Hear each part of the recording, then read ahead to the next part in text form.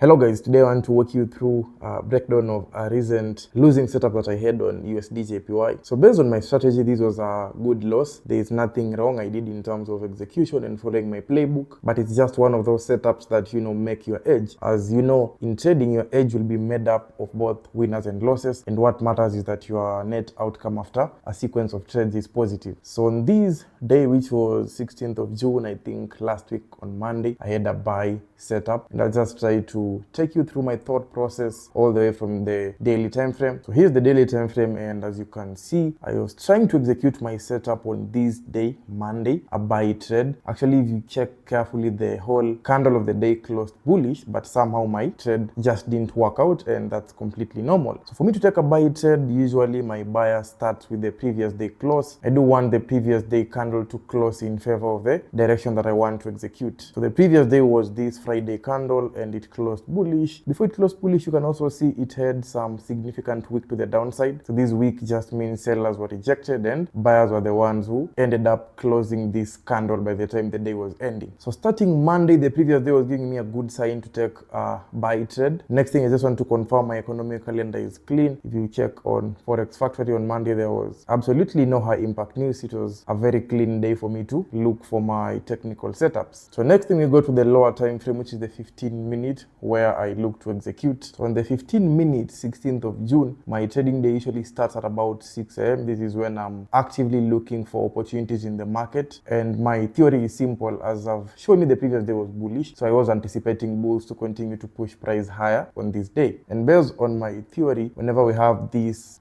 significant impulses, retracement, the market is basically creating a series of higher highs, higher lows. So when I wake up on Monday at 6 a.m., you can see we had just had this significant impulse, and the market had already completed what I consider a retracement. So after seeing this retracement, I'm expecting a possibility of a similar thing which we saw here. After the pullback, we're expecting a possibility of another bullish leg, just like you can see here as well. We had another bullish leg. So when I wake up in the morning at this point in time, if the market had not retraced, I would have waited for a pullback first. But in my opinion, by this point in time, if I'm to get any setup, I'm anticipating the market should possibly push higher and break above this previous high. And if that is to happen, if I get my setup anywhere around this area, it should have already hit my target with the new bullish leg. Of course, assuming price respects my direction. So long story short, by 6 a.m. when the market was at this point, I was looking for a W pattern, which is a double bottom, because that's what I use for my entry confirmation. And if you check here, you will see we had this selling candle, we had a bullish candle, selling candle, and this bullish candle. You drag this to the right and you'll notice it was somehow a double bottom. So the anticipation is that price should come back to this center point, which is the neckline. Then when price pushes back here, or rather does this pullback, I should be executing, anticipating more buyers to kick in from that level. And that's exactly what I did. I marked my neckline and waited for price to come and retest. This is the candle which came back to retest the neckline area. The candle was at exactly 7 a.m. Before I take my entry at the neckline, my final confirmation is that the previous 1 hour candle should also be a bullish candle in respect to the direction that I want to take that trade. So if this is 7 a.m. when we're having our retest, our previous 1 hour candle will be the candle that opened at 6 a.m. So we'll have to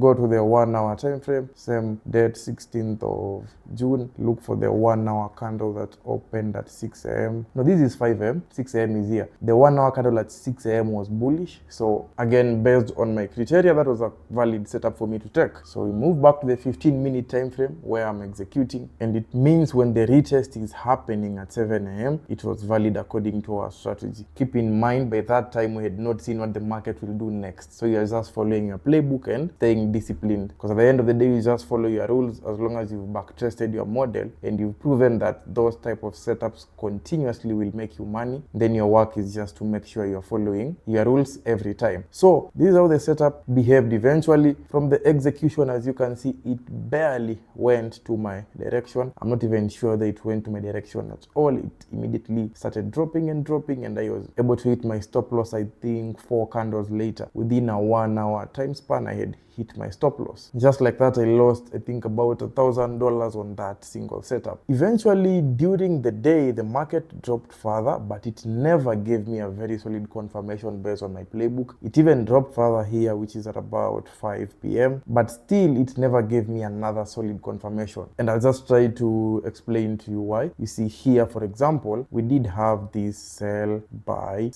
and buy. So did we have a W pattern? Yes, we did. Had the market done a pullback? Yes. In fact, we had done even a way better pullback at this point in time. But then part of my rules is that the market must pull back to this neckline area. The market should at least come back and drop before I can take this trade. So had the market done this later during the day, we would have got a very nice setup. But as you can see, the market never pulled back to my neckline. If I zoom in these candles, you will see all the way from my neckline, when this next candle opened, 8 pips above the neckline, literally almost a 10 pip difference. It never even tried to come back to retest my neckline. So just like that, I never got a re-entry. Had I got a re-entry clearly, it would have been a very nice setup. So this is one of the examples where you can be right on your bias. You can be right on what you're expecting the market to do. As I told you, I was expecting the market on this day to possibly close bullish because the previous day had traded bullish as well. And if you check on the daily time frame, indeed the market did close bullish. That is on 16th of June. So it respected the direction that I wanted it to go. But even though it respected the direction,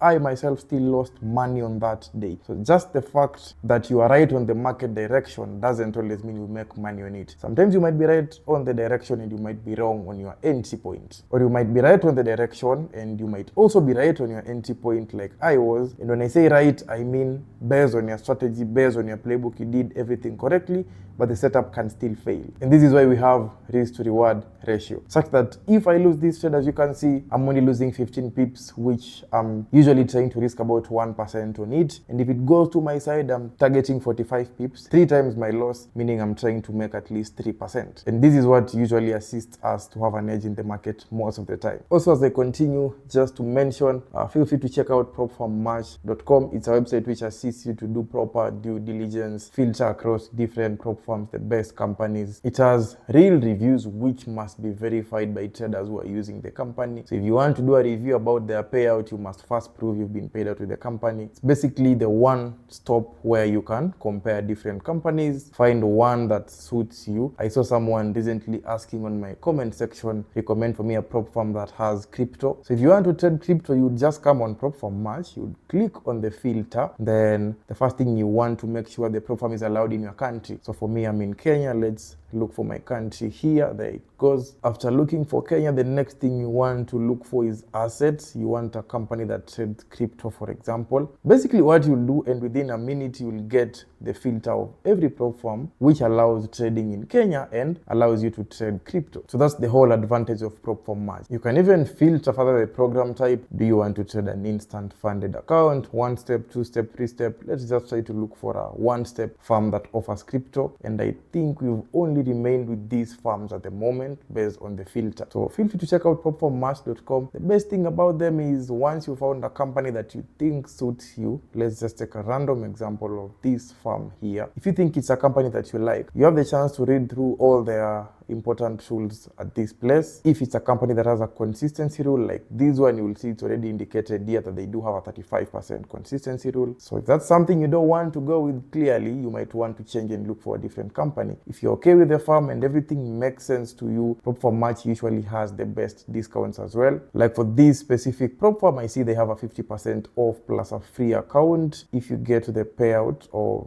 the power challenge or something like that. And this is the discount code. So that's it about Prop Farm Match. Moving back to my trade breakdown, I hope you've learned something from the losing setup. You know, there's always something you can learn from every trade, whether it's a winning trade or a losing trade. And at the end of the day, if you have an edge, basically you can never have a bad trade. If you have an edge and you followed your system, then there's no bad trade that you took. I saw someone recently who was making a comment saying that if you take a loss on a trade, it simply means you did something wrong on it. And that's a very wrong comment, because if you understand the meaning of an edge, it already factors in the possibility of losing. losing. So it's not every time you take a loss, it means you did something wrong on the setup. And if that was true, then it means we would be having traders who would be having 100% win rate, such that they never lose a single trade. But I can tell you for free, even if you trade for 10, 20 years and you study every loss you've ever taken and you try to adjust it next time, you still make a loss in the market. So what matters is that you just backtest your system, collect a sample size data of your trades, and if you find enough proof that for the last 3, 4, 5 years, the type of criteria you use for execution can make money, that's all you need, then you stay disciplined and take those types of trades in the market. That being said, I'll end the video. See you next time.